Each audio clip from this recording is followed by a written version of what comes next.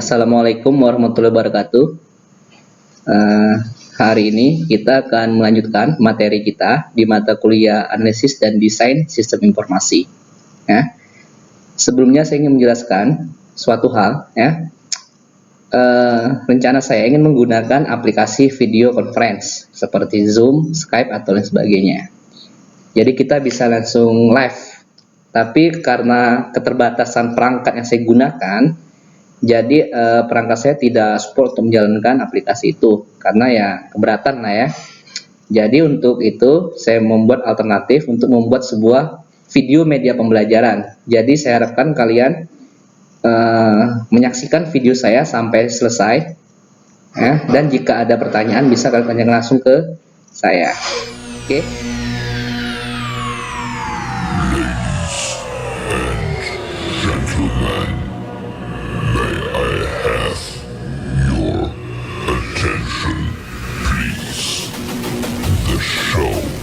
Starts in 5, 4, 3, 2, 1, go. Kali ini kita akan ngebahas materi mengenai desain sistem atau perancangan sistem yang tadi udah saya jelaskan di opening videonya. Desain sistem merupakan tahapan yang ketiga pada model SDLC yang akan kita pelajari. Sebelum kita masuk ke teknis pembuatan desain, sekarang kita lihat dulu teori mengenai apa itu desain atau perancangan. Di sini ada beberapa penjelasan mengenai perancangan sistem. Yang pertama, tahapan setelah analisis dari siklus pengembangan sistem. Masih ingat ya? Tadi udah saya jelaskan juga di awal, di mana siklus pengembangan sistem atau kita sebut dengan SDLC ada beberapa tahapan. Ya.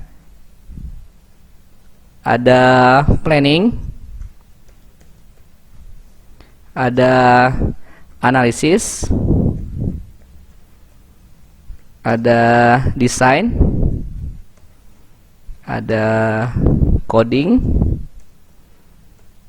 ada testing, dan implementasi. Terakhir ada maintenance. Di sini masing-masing tahapan harus kita lakukan secara sekuensial atau berurutan, ya. Di mana satu tahapan akan menjadi indikator bagi tahapan lainnya, ya, akan saling terintegrasi masing-masing tahapan. Kita udah mempelajari tahapan analisis di sini, yang kita pelajari. Sedangkan planning sendiri ini merupakan tahapan yang abstrak. Mengapa dikatakan abstrak? Di sini kita hanya membuat perencanaan, ya. Perencanaan artinya di mana kita akan melakukan pembangunan sistem kita, kemudian apa permasalahan yang akan kita bahas, dan lain sebagainya. Untuk dokumentasi ini yang kita buat, nih, dari analisis sampai ke maintenance, ya. Sekarang kita masuk ke tahapan yang ketiga, itu tahapan desain. Kemudian definisi yang kedua atau penjelasan yang kedua, perancangan sistem merupakan pendefinisian dari kebutuhan-kebutuhan fungsional. Seperti yang kita bahas, kebutuhan fungsional merupakan kebutuhan yang harus kita tuliskan atau kita buat pada saat kita menentukan analisis kebutuhan sistem yang baru. Di mana di analisis kebutuhan sistem yang baru terdapat dua kebutuhan, yaitu kebutuhan fungsional dan kebutuhan non-fungsional. Kebutuhan fungsional artinya bagaimana kita menjelaskan apa saja fungsi atau proses yang akan bisa dilakukan oleh sistem kita nantinya, di mana fungsi atau proses tersebut akan dapat mengatasi masalah yang terdapat pada sistem berjalan. Jadi di sini semua fungsi atau proses itu kita buat rancangannya. Yang ketiga, persiapan untuk rancang bangun implementasi. Tadi udah kita bahas juga tahapannya. Rancang bangun itu di tahapan coding, ya. Dimana sebelum kita membangun sebuah sistem, kita harus membuat rancangannya. Dan sistem dibangun berdasarkan rancangan. Jangan sampai salah ya. Jangan sampai tidak sama antara rancangan dengan sistem. Harus sama, harus terintegrasi. Baik itu user, proses, alur, database, dan sebagainya harus sama. Selanjutnya, menggambarkan bagaimana suatu sistem dibentuk. Kita membuat bagaimana sistem ini akan kita bangun dalam bentuk rancangan-rancangan, ya. Kemudian mengkonfigurasikan dari komponen-komponen perangkat lunak dan perangkat keras dari suatu sistem. Di sini maksudnya kita berbicara perangkat lunak dan perangkat keras yang akan kita gunakan dalam proses pembangunan sistem atau implementasi sistem. Dan antara perangkat lunak dan perangkat keras ini harus balance, harus sesuai. Artinya, jika kita membangun sebuah sistem yang kompleks atau yang besar, tentu kita juga akan membutuhkan sebuah perangkat keras yang memadai. Dalam hal ini yang punya spesifikasi yang tinggi atau sesuai dengan sistemnya, ya. Jangan sampai tidak balance. Misalnya nih, perangkat lunak kita kompleks, sudah besar, tetapi kita menggunakan laptop atau PC yang spesifikasinya rendah. Tentu saja perangkat lunak ini tidak akan bisa berjalan.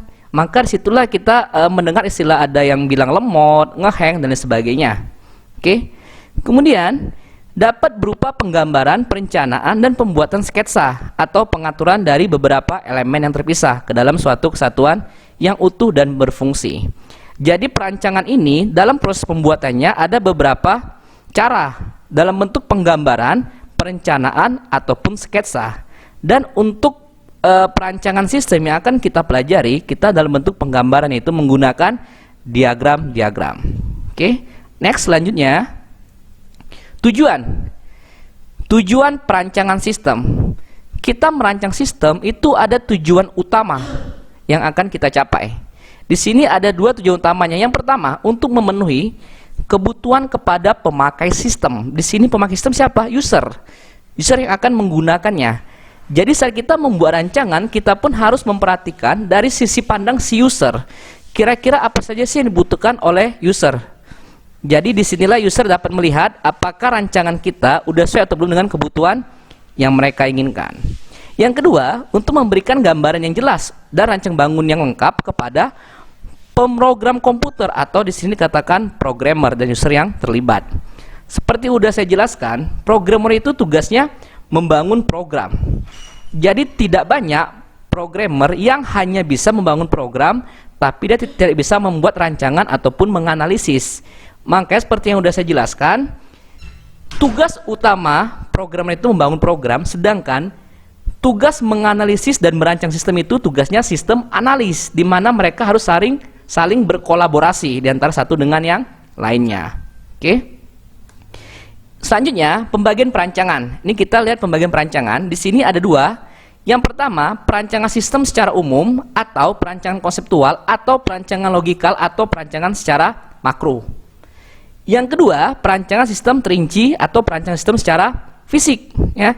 Jadi kalau kita berbicara perancangan konseptual atau perancangan logikal, di sini kita membuat rancangan dalam bentuk diagram-diagram, ya.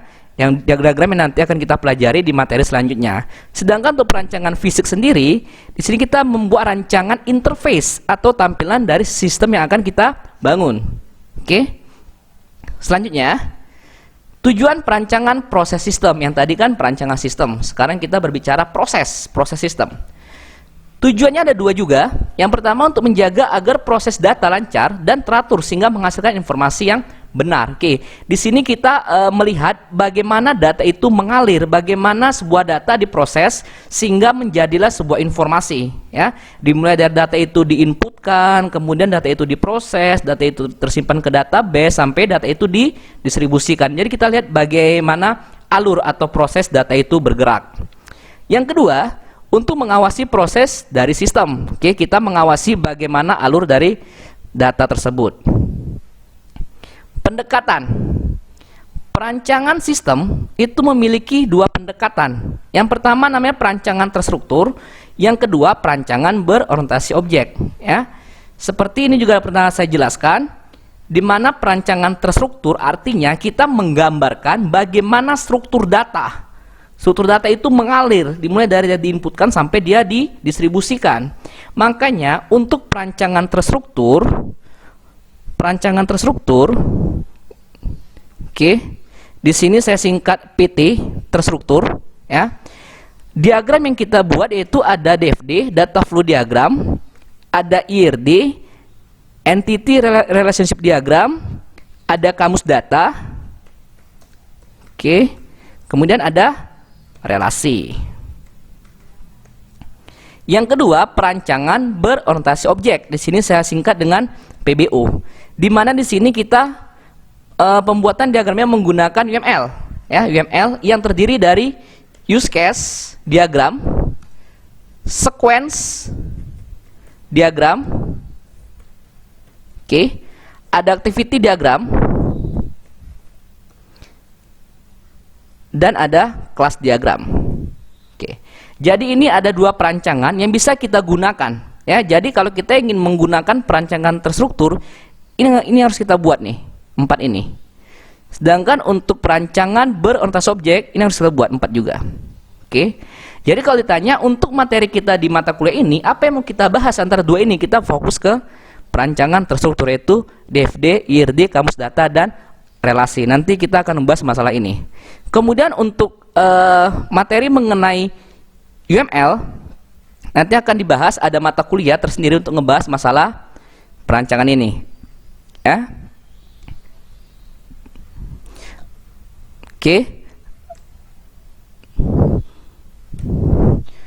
Cukup sekian video yang bisa saya sampaikan untuk materi mengenai perancangan atau desain sistem. Jadi jika ada pertanyaan, silakan kalian japri ke saya melalui WA. Terima kasih. Bagaimana? Masih pada standby kan? Tadi udah melihat semua video materi pembelajaran udah saya sampaikan mengenai tahapan desain, ya. Jadi itu baru masuk ke teori atau penjelasan mengenai tahapan perancangan. Nanti setelah ini kita akan langsung ngebahas secara teknis bagaimana pembuatan dari perancangan sistem dengan menggunakan pendekatan perancangan terstruktur, ya, yang terdiri dari DFD, ada kamus data, ada IRD, dan ada relasi. Nanti kita pelajari satu persatu bagaimana cara pembuatannya. Jadi jika dari kalian ada yang tidak mengerti, atau mungkin ada bingung, atau mungkin ada kritik ataupun saran, silakan kalian japri saya, japri WA ya. Silakan kalian japri, tapi japri jangan kalian WA melalui grup, langsung japri aja ke saya secara langsung. Jadi sebelum kita akhiri untuk video hari ini, saya ingin memberikan kalian sebuah tugas.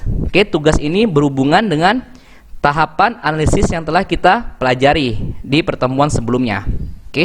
Di mana pada tahapan analisis kita sudah membuat contoh soal, ya, studi kasus mengenai sistem perpustakaan. Masih ingat ya? Kalau ingat coba dilihat lagi catatannya. Di mana kita sudah membuat analisis sistem berjalan, kemudian analisis kebutuhan sistem yang baru, yaitu kebutuhan fungsional dan kebutuhan non-fungsional. Jadi untuk tugas kali ini kalian melakukan hal yang sama, yaitu kalian juga membuat analisis sistem berjalan dan analisis kebutuhan sistem yang baru, yang meliputi kebutuhan fungsional dan kebutuhan non-fungsional, tapi dengan studi kasus yang berbeda.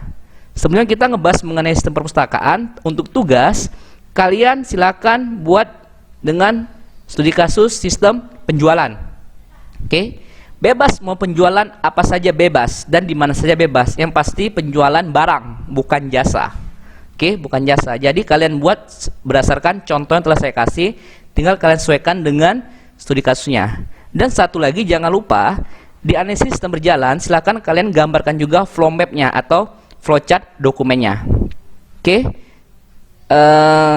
Mungkin sampai di sini bisa saya sampaikan. Apabila ada kurang dari video ini, ya saya minta pendapat dari kalian. Saya akhiri dengan Assalamualaikum warahmatullahi wabarakatuh.